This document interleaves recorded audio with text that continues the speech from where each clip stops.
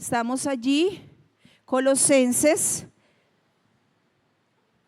capítulo 4. Vamos a mirar desde versículo 7 al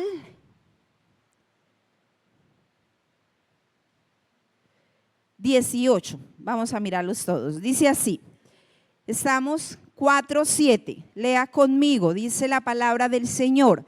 Todo lo que a mí se refiere os lo hará saber Tíquico, amado hermano y fiel ministro y consiervo en el Señor, el cual he enviado a vosotros para esto mismo, para que conozca lo que a vosotros se refiere y conforte vuestros corazones.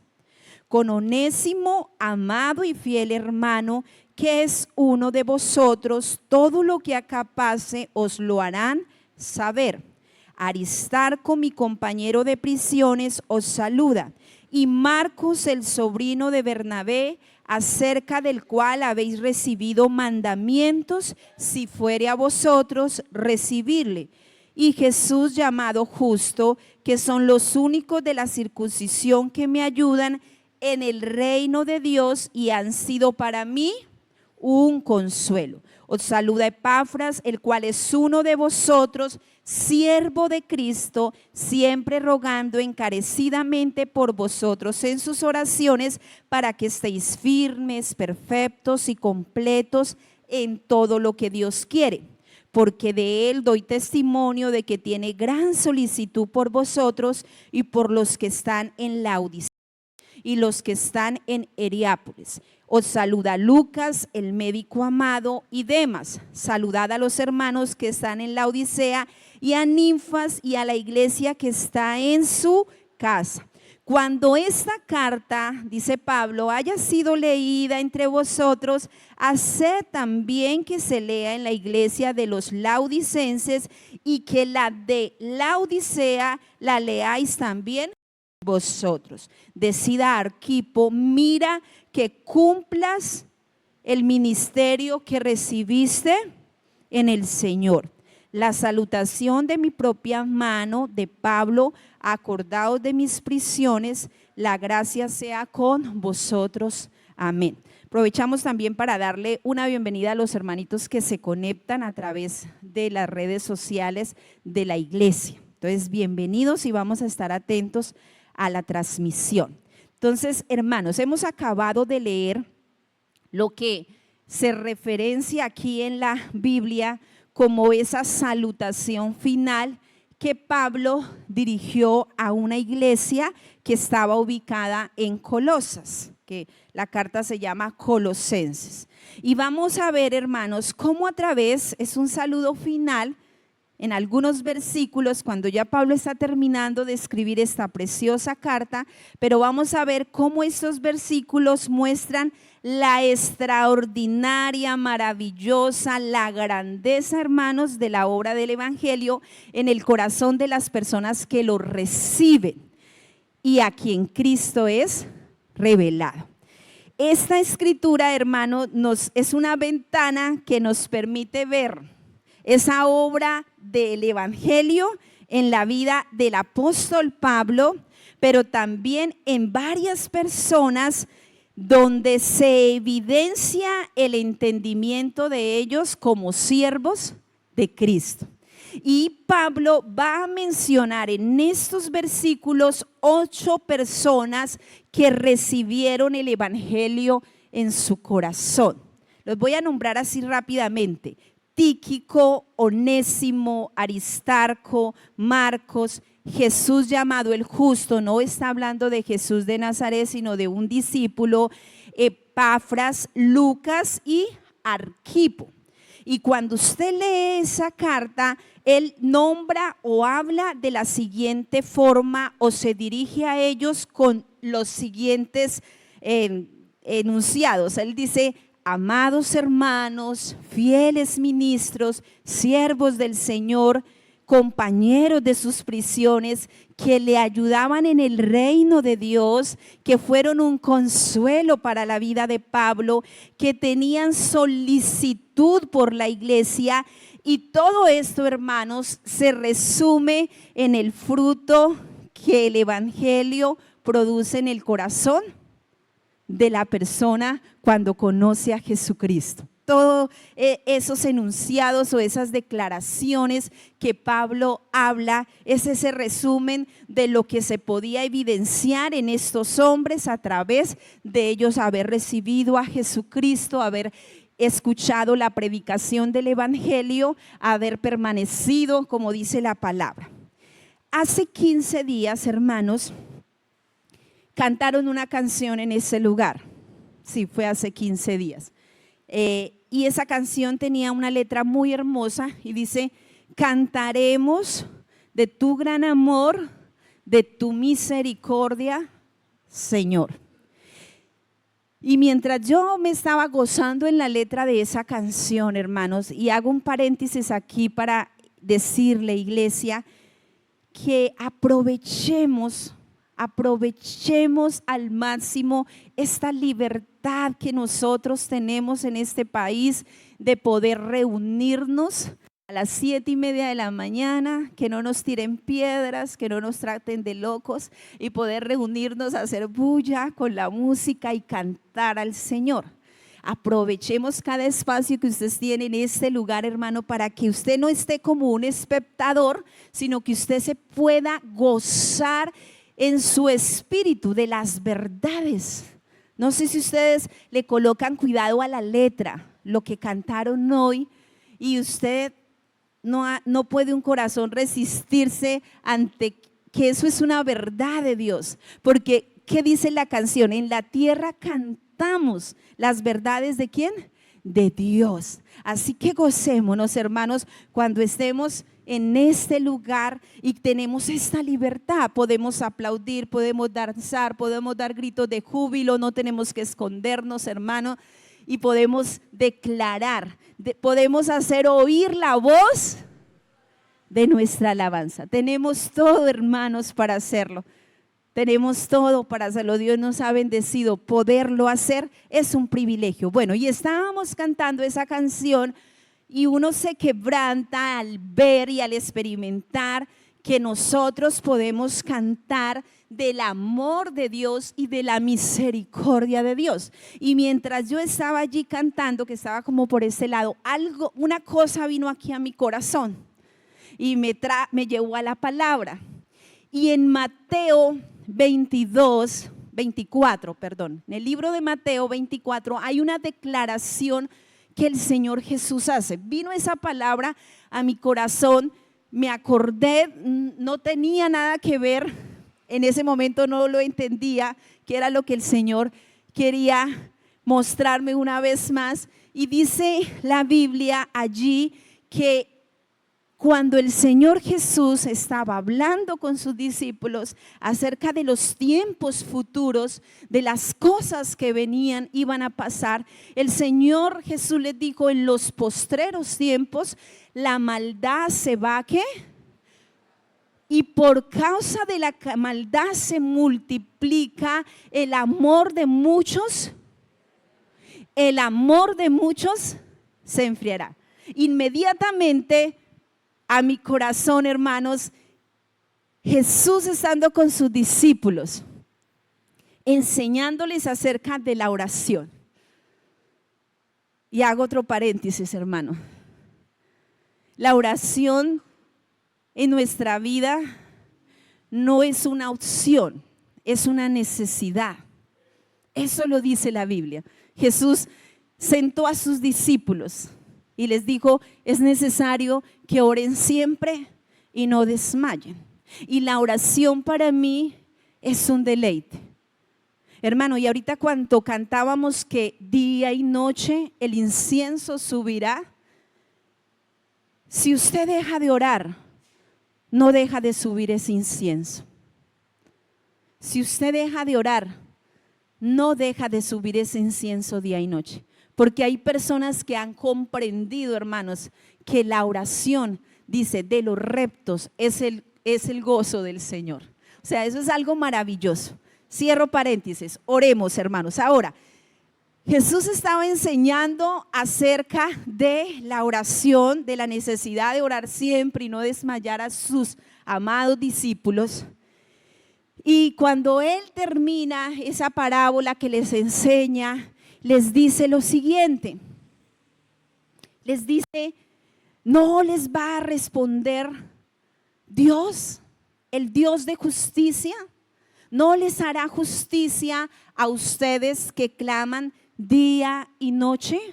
Pero cuando termina de decirles y de afirmarles que el Dios del cielo les hará justicia a ellos que claman, a sus hijos que clamamos día y noche, dice, pero cuando venga el Hijo del Hombre, ¿hallará fe en la tierra? Les hace ese interrogante. Cuando venga, y estaba hablando de su ¿qué? De su segunda venida, ¿hallará fe en la tierra? Y cuando el Espíritu Santo le habla a Timoteo por medio del apóstol Pablo, hermanos, cuando el Espíritu Santo habla allí, le va a advertir a Timoteo algo. Y él le va a advertir a Timoteo y a la iglesia que en el postrer tiempo iba a haber un deterioro moral que caracterizará los últimos días. Dice, y describe una sociedad profundamente egocéntrica, materialista y religiosa. Ese es el panorama que le da el Señor por el Espíritu a Timoteo. Y dice que las aptitudes y el carácter de los hombres postreros, de las personas, iban a estar marcadas por el egoísmo, por el amor al dinero, por la arrogancia, por la falta de afecto natural, por la crueldad, por el amor a los placeres por encima de Dios. El amor a los placeres por encima de Dios. Léalo conmigo, compruébelo en 2 de Timoteo, adelantico donde estábamos, capítulo 3. Vamos a leer del versículo 1 hasta el 5. Solo hasta ahí, vamos a leer esos primeros 5 versículos. 2 de Timoteo, capítulo 3, del 1 al 5. También debes saber esto, le dice Pablo a Timoteo, que en los postreros días vendrán tiempos peligrosos, porque habrán hombres amadores de sí mismo, ávaros, vanagloriosos, soberbios, blasfemos, desobedientes a los padres, ingratos, impíos, sin afecto natural, implacables, calumniadores, intemperantes, crueles, aborrecedores de lo bueno, traidores, impetuosos, infatuados, amadores de los deleites más que de Dios, que tendrán apariencia de piedad, pero negarán la eficacia de ella. A estos evita. Hermano, y cuando venía todo eso a mi corazón, porque yo después fui a la casa y lo tomé y mientras estaba adorando le decía, Señor, ¿y por qué si tú sabías todo esto? ¿Por qué si tú sabías la ingratitud de nosotros los hombres? ¿Por qué si tú sabías la dureza de nuestro corazón? ¿Por qué si tú sabías que el amor de muchos se iba a enfriar? ¿Y por qué así viniste a la cruz? Porque Él estaba declarando cosas que iban a pasar, ¿qué? Después de su sacrificio. Y la respuesta está en su palabra, amén, porque todo está en su palabra. Y el Salmo declara lo siguiente, hermanos. El Salmo, hay un Salmo que es el Salmo 65, donde por el Espíritu el salmista dice, tú, oh Dios y Salvador nuestro. Tú, oh Dios y Salvador nuestro, eres la esperanza de los confines de la tierra. Hermano, el evangelio es la esperanza de los confines de la tierra. La esperanza era por los méritos de Cristo. La muerte, la sepultura y la resurrección de Cristo que cantábamos en estas canciones, era esa esperanza para todas las épocas, para todas las edades, para las pasadas, hermano, las presentes y las futuras. Por eso el apóstol Pedro, por el Espíritu Santo, lo declara de la siguiente manera en Hechos 4, hermanos. Cuando el apóstol Pedro recibe ese misterio oculto que lo vamos a ver, que estaba escondido, que Cristo en ellos, y ellos reciben eso, el apóstol Pedro va a estar y se va a enfrentar ante un concilio. No era fácil estar frente a un concilio. Literalmente declara Hechos que allí estaban los gobernantes, dice así, los ancianos de Israel estaban allí, estaban los escribas, los que conocían la ley, estaban los sumos sacerdotes. Nombra 4 sacerdotes, Anás, Caifás, Juan y Alejandro, y dice, y todos los que eran de la familia de los sumos sacerdotes. Y Pedro se levanta y les va a decir, este versículo nosotros a veces lo leemos de corrido, hermanos, pero aquí está lo que nos tiene a nosotros acá. Y él le dice, y en ningún otro hay salvación. Él les va a decir, en ninguno otro hay salvación. Estaba frente a gente piadosa, digámoslo así. Gente que pensaba que estaba haciendo ¿qué? El bien. Gente que daba limosna, gente que hacía obras de misericordia, gente que trataba de guardar la ley, hasta irreprensibles en la ley, porque allí estaba Pablo. Ahorita lo vamos a ver, allí estaba Pablo y dice que él era irreprensible en la ley, en cuanto a la ley. Pero él le va a decir, en ninguno otro hay salvación. ¿Y por qué, hermanos? Porque cuando el ángel se aparece en Lucas a los pastores cuando están en las vigilias de la noche, el ángel, dice la escritura en Lucas, que el ángel se aparece y que mientras el ángel les está declarando que les va a dar una noticia de gran gozo, el ángel les va a decir, ustedes hoy van a recibir una noticia de gran gozo, que hoy, él dice que hoy, ese hoy iba a partir la historia de la humanidad, hermano. Ese hoy iba a traer la esperanza que usted tiene y que tiene el mundo, hermano. Ese hoy dice que hoy os ha nacido en la ciudad de David un Salvador que es Cristo el Señor. Hermano, y es tan maravilloso, denle el aplauso al Señor porque Él se lo merece.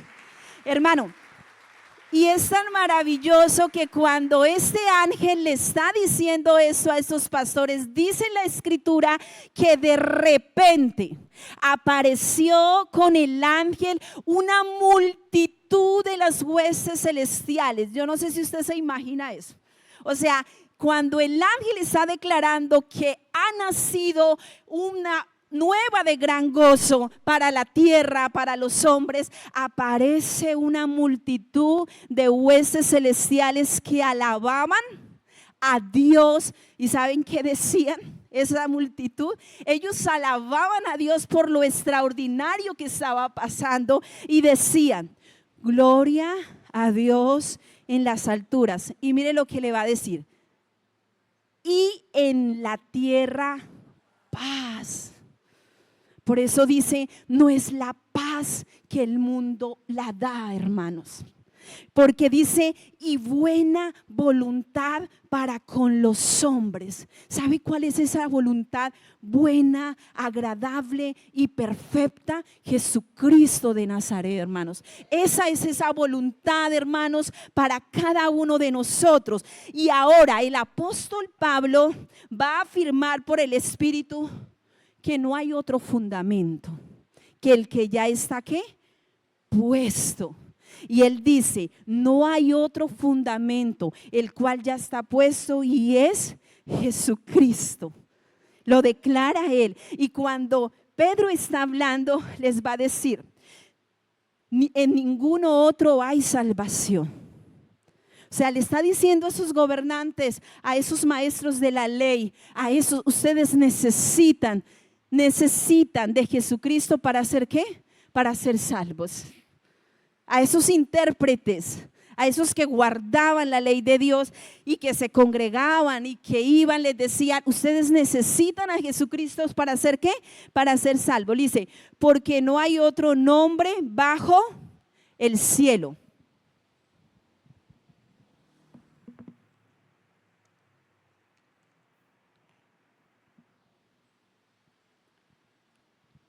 Mire lo que dice, hermanos. Lo que dice ahí. No hay otro nombre, ¿dónde? No hay otro nombre debajo del cielo. Dice, dado a los hombres. O sea, ningún hombre recibió esto. Ningún otro hombre recibió este nombre que recibió Jesús. Dice, no hay otro nombre bajo los cielos, dice, no hay otro nombre bajo el cielo dado a los hombres en que podamos ser salvos. O sea, no hay otra cosa, no hay otro motivo por el cual podemos ser ¿qué? Salvos. Y el Espíritu Santo va a declarar por el apóstol Pablo que la iglesia de Corintio no ha creído en vano. Ellos le va a decir, el evangelio ha sido predicado a ustedes. Ustedes lo han ¿qué? Lo han recibido, han permanecido en él. Ustedes no han creído ¿qué? En vano. Pablo declara que no habían creído en vano, porque ustedes por ese evangelio son salvos. Y es cuando se cumple, hermano, la escritura que está en Isaías 53:11. Pero antes vamos a leer 1 Corintios 15, 9 y 10 para ver esto, por qué Pablo declara esto, que no es en vano el que haya creído en el evangelio. Mire lo que Pablo declara en 1 Corintios 15, 9 y 10. Léalo allí o aquí en la pantalla, bien despacio, hermano, porque esto es una bomba, como dicen los jóvenes hoy en día. Mire lo que dice Pablo, 1 Corintios 15, 9 al 10. Dice, porque yo soy, 15, del 9 al 10. Listo, ya estamos ahí. Ahora sí dice, porque yo soy el más pequeño de los apóstoles, que no soy digno de ser llamado apóstol, porque perseguí. Ahí no hay mérito de hombre, pero por la gracia de Dios. Mire lo que dice el versículo de 10. Pero por la gracia de Dios soy lo que soy. Mire lo que dice. Y su gracia, hermano, no ha sido en vano para conmigo. Antes he trabajado más que todos ellos. Pero espere, porque él nos va a aterrizar y nos va a decir, yo he trabajado más que todos ellos, pero no yo. Ese trabajo no era de él. Dice, sino la gracia de Dios conmigo, hermanos. Era la gracia de Dios. ¿Y qué dice Corintios, hermanos? Cuando él inicia a escribir esa carta, él va a decir, doy gracias a Dios, porque la gracia de Dios fue dada a ustedes por medio de nuestro Señor Jesucristo. O sea que el fruto en nosotros, hermano, escuche eso, el fruto en usted y en mí es la gracia de Dios que nos fue dada en Cristo Jesús. Ese es el fruto. Por eso usted y yo podemos ser salvos. Nadie de los que están allí, no es un ministerio, no es una denominación, no es una gracia, no es un don, no es un milagro, no es la vida ni la muerte, dice Pablo. Nadie puede ser salvo si no es por ¿quién? Por Jesucristo. Y Él tiene que ser revelado al corazón. Y cuando Él es revelado al corazón, la gracia de Dios, ¿usted qué? La ha recibido. Por eso es que Él es la esperanza, porque eso ya se cumplió, porque Él nos escogió en Él. ¿En quién? En Cristo desde antes, por su obra, por su misterio, por su sacerdocio. Él nos escogió en Él para que nosotros podamos ser ¿qué? Salvos. Ahora, ahí es donde vemos lo que dice Isaías. Mire la profecía cómo se cumplió. Isaías 53:11.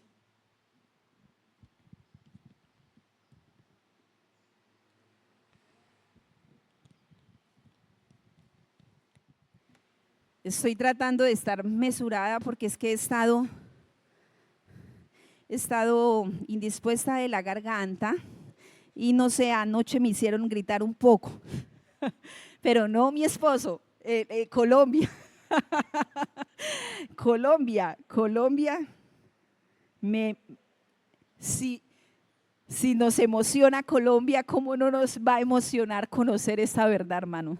¿Cómo no nos va a romper nuestros argumentos conocer esa verdad y rendirnos a los pies de Él? Entonces mire lo que dice Isaías 53:11, dice: verá el fruto de la aflicción de su alma y quedará.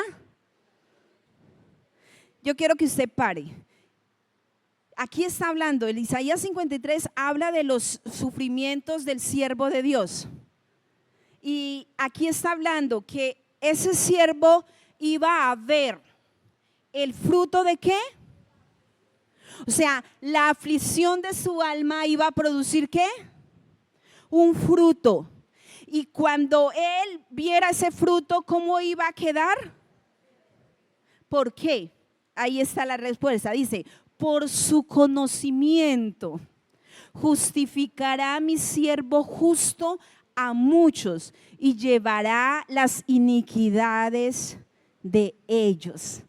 Mire cómo lo dice la Nueva Traducción Viviente. No sé si de pronto lo alcancemos a colocar, ese mismo versículo en la Nueva Traducción Viviente. Dice: cuando vea todo lo que se logró mediante su angustia, ¿quedará qué?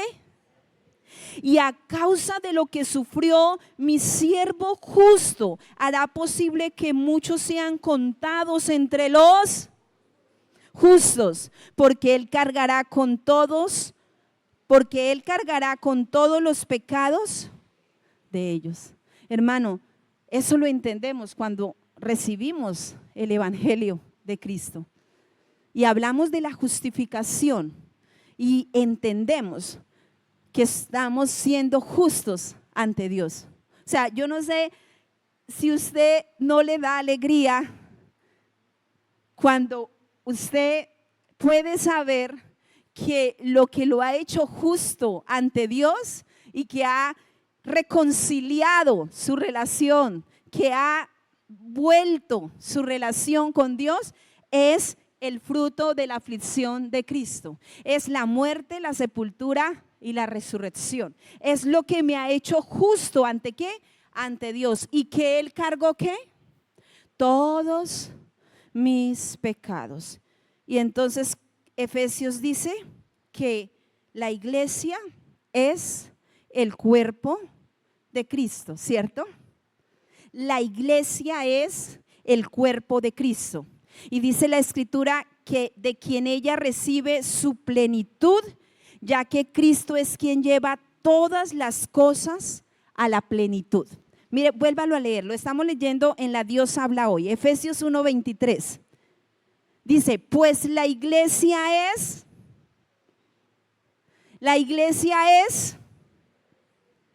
hermanos, la iglesia es ¿Por qué la iglesia es el cuerpo de Cristo?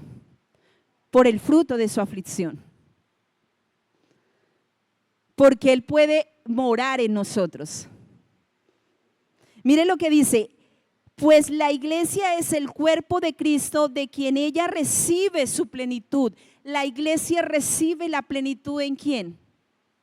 En Cristo, ya que Cristo es quien lleva todas las cosas a su plenitud. Y Epafras, ahí donde estábamos leyendo en el versículo 12 en Colosenses, quiero que vayamos.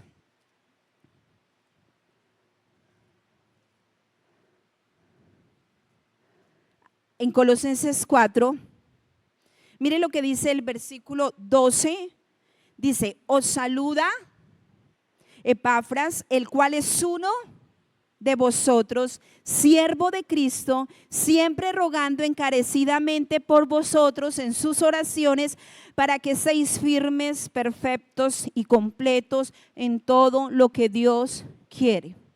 Hermanitos, aquí habla de firmeza, de estar perfectos y de estar completos en lo que Dios quiere.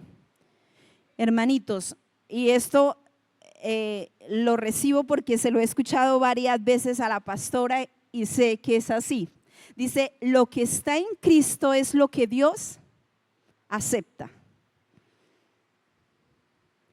O sea, Dios nos lo ha dicho muchas veces.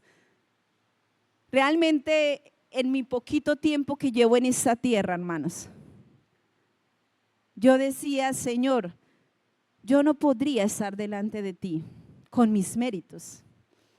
No, y yo creo que así viva 50, 60 años y aún el Señor nos dé un ministerio y aún el Señor nos llene de sus dones y de su gracia, de toda su bendición, nos prospere y hagamos obras de misericordia y hagamos obras sociales, no podríamos estar delante de Él, porque todo lo que Dios quiso, hermano, para poder volver la identidad que el hombre había perdido en Adán, lo hizo ¿en quién? En Cristo. Esa es la voluntad que habla la Escritura, que es la voluntad que es agradable y es perfecta. Y cuando esa voluntad es revelada a nosotros, podemos entender y experimentar esta gracia de Dios en nosotros y entendemos lo que dice Pablo, un versículo muy conocido que a veces también leemos, porque dice algo muy bonito, pero más que decir algo muy bonito, es una verdad que lo tiene usted delante de Dios, porque la palabra va a declarar en Romanos 8, va a decir el apóstol Pablo por el Espíritu, nada nos podrá separar. Pero hermano, ahí hay algo muy profundo. Dice, él hace una declaración, nada nos puede separar del amor de Dios. No dice primero de Cristo, dice del amor de Dios, del Padre. Dice, nada nos podrá separar del amor de Dios. ¿Qué es en quién? Entonces la pregunta, ¿el amor de Dios es en quién? En Cristo. Por eso se tiene la plenitud del amor de Dios. Por eso dice Pablo, para que podamos entender la anchura, la grandeza, la longitud, la profundidad del amor de Cristo que excede, del amor de Dios que excede todo conocimiento, porque el amor de Dios es manifestado en Cristo Jesús. Entonces, en el versículo 37 al 39 de Romanos 8, él va a decir, él viene hablándole a la iglesia y dice, antes en todas estas cosas ustedes son más que, ¿cuánto nos gusta eso de que dice ahí, más que vencedores? Hay una canción, ¿cierto? Nos empoderamos, más que vencedores, hermanos, pero realmente lo que la Escritura dice, ustedes en todas esas cosas, mire, son más que vencedores, pero ¿en qué usted se hace más que vencedor? Dice, por medio de aquel que nos amó. Por medio de aquel que nos amó. Es el amor y el sacrificio de Cristo que a usted lo hace ¿qué? más que vencedor. Y él está hablando de la tribulación, de la angustia, de la hambre, de la desnudez, del peligro, de la espada, porque así dice el contexto del capítulo. En estas cosas, y cuando él en el versículo 37, 38 va a decir, por lo cual estoy seguro. No, yo había leído esto muchas veces, pero me puse a detenerme un poco, a pensar en esa expresión que hizo Pablo, por lo cual estoy seguro. Había una seguridad en el corazón de Pablo, y la seguridad que Pablo tenía en su corazón, él va a declarar que ni la muerte, él va a comenzar a declarar, la muerte, ni la vida, ni ángeles, ni principados, ni potestades. Mire lo que dice, lo presente. ¿Qué es lo que vemos presente, hermano? Lo porvenir. ¿Usted conoce lo de mañana? ¿Qué vendrá? No. Ni lo profundo. Y termina con esto y cierra, ahí lo encierra toda. Dice, ni ninguna otra cosa creada. O sea, así el hombre se invente lo que se invente, así la ciencia y la tecnología avance lo que avance, así las naciones le den la espalda a Dios, así el hombre haga lo que quiera, hermanos. Dice él, ninguna otra cosa creada nos podrá separar del amor de Dios que es. ¿En qué es el amor de Dios, hermanos? En Cristo Jesús. Entonces, el amor de Dios que es en Cristo Jesús muestra esta gracia. Y por eso, hermanos, Pablo, cuando habla a los corintios, él les va a decir que agradece a Dios por haber sido escogido desde el vientre de la madre. O sea, yo digo, ¿cómo Pablo, este perseguidor asesino, va a decir que Dios lo escogió desde el vientre de la madre? Porque él entendió en su corazón el amor de Cristo, hermanos, la obra de Cristo para él. Y cuando Pablo, antes de conocer a Cristo, porque Pablo era un hombre que guardaba la ley, hay una biografía, hay varias biografías en Corintios, en Filipenses, también está en Gálatas, cómo Pablo se muestra. Y Pablo va a decir, yo aventajaba a muchos de mis contemporáneos en mi nación, en el judaísmo. O sea, era un hombre que tenía muchos estudios. Dice, era celoso de las tradiciones de mis padres. Dice que él era un hombre irrepresible en cuanto a la ley. Circuncidado al 8º día, dice la escritura, linaje de Israel, de la tribu de Benjamín, dice hebreos de hebreos, en cuanto a la ley fariseo, en cuanto a la justicia que es por la ley, irreprensible. ¿Y sabe qué va a decir? Pero todo esto lo he tenido, ¿qué? Porque lo único que funciona y la esperanza que funciona para el ser humano es ¿quién, hermano? Es Cristo revelado en el corazón. Yo pensaba cuando medio estudiaba así ya, yo decía, Pablo merece más el cielo que yo. O sea, aún hay aquí solamente viendo hebreo de hebreos, de la tribu de Benjamín, merece más el cielo que yo. Lo que pasa es que la obra de Cristo nos puso en una condición donde nadie merece. Ninguno era merecedor del cielo, de la vida eterna, ninguno. Todos éramos merecedores del infierno, de la condenación. Eso dice la escritura. Pero los méritos de Cristo hizo que usted y yo ahora podamos ser ¿qué? Merecedores de eso. Y nos puso en una condición de ser hijos. Hermano, y voy avanzando con esto porque se nos fue el tiempo. Resulta, hermanos, que cuando yo les decía que en este capítulo se evidencia cómo el evangelio transformó el alma, el corazón de esos discípulos porque fue revelado, allí estaba Pablo. Yo sé que ustedes recuerdan mucho la vida de Esteban, que fue ¿qué? Apedreado, ¿cierto? Lo recordamos. A mí me parece asombroso lo que vio Esteban.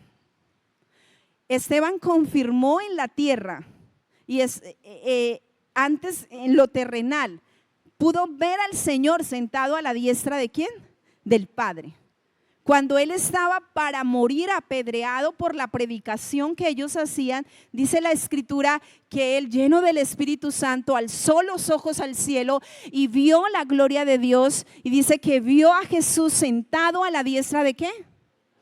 O sea, él pudo confirmar, oiga, y eso trajo tanto gozo a su corazón que mientras estaba muriendo apedreado, dice que él alzó los ojos, entregó su espíritu al Señor y dice que dijo: Señor, no les tomes en cuenta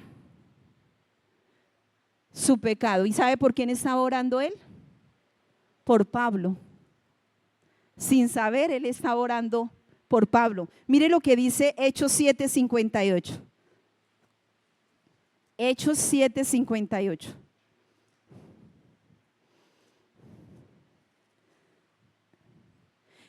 En todo el capítulo de 7, hermanos, de Hechos habla acerca de la defensa y muerte de Esteban. Léaselo, hermano, eso es precioso. Pero mire lo que pasa en el capítulo 58. Vamos a leer hasta el 60. Dice: y echándole fuera de la ciudad, le apedrearon, y los testigos pusieron sus ropas a los pies de un joven. ¿Cómo era Pablo en ese tiempo? Saulo, de un joven que se llamaba ¿qué? Saulo decía: estoy haciendo la voluntad de Dios, estoy persiguiendo a los que predican en ese nombre de Jesús, estoy cumpliendo la ley. Y mire lo que dice el versículo 59: y apedreaban a Esteban mientras él invocaba y decía: Señor Jesús, recibe mi espíritu. Y puesto de rodillas clamó a gran voz: Señor, no les tomes en cuenta este pecado. Y habiendo dicho esto, ¿qué dice? Durmió. Hermanos, yo sé que las cosas que pasan a veces traen ¿qué? Aflicción y dolor en nuestro corazón.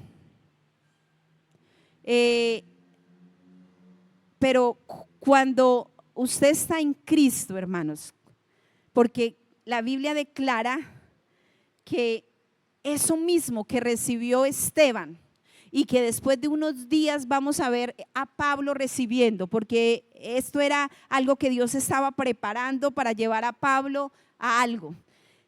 Esa misma gracia, ese mismo misterio que fue revelado a ellos en ese tiempo ha sido revelado ¿a quién? A la iglesia de Cristo, a nosotros, a los que hemos creído. Mire lo que dice Colosenses 1:27. Dice Colosenses 1:27. Dice: a quienes Dios quiso dar.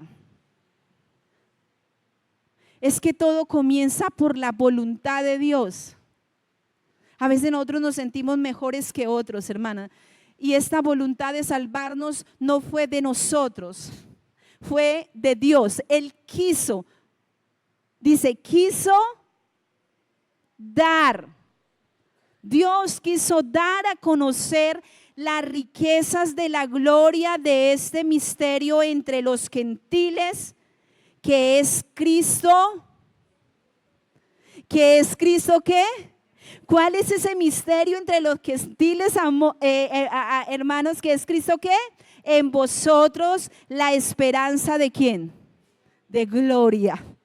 La esperanza de gloria significa, hermanos, que Dios nos eligió en Cristo antes de crear el mundo. Que ese misterio consiste en ese plan maestro para el final de los tiempos, y dice la Escritura que en ese misterio revelado de Cristo en nosotros reunió todas las cosas, tanto en el cielo como de la tierra, bajo la autoridad única ¿de quién? De Jesucristo.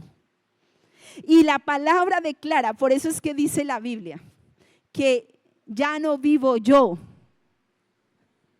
Hermano, yo no sé si usted vive en esta tierra con esa convicción, y más que una que viva con experimentando esa verdad. Ya no vivo yo, vive Cristo ¿qué? En mí.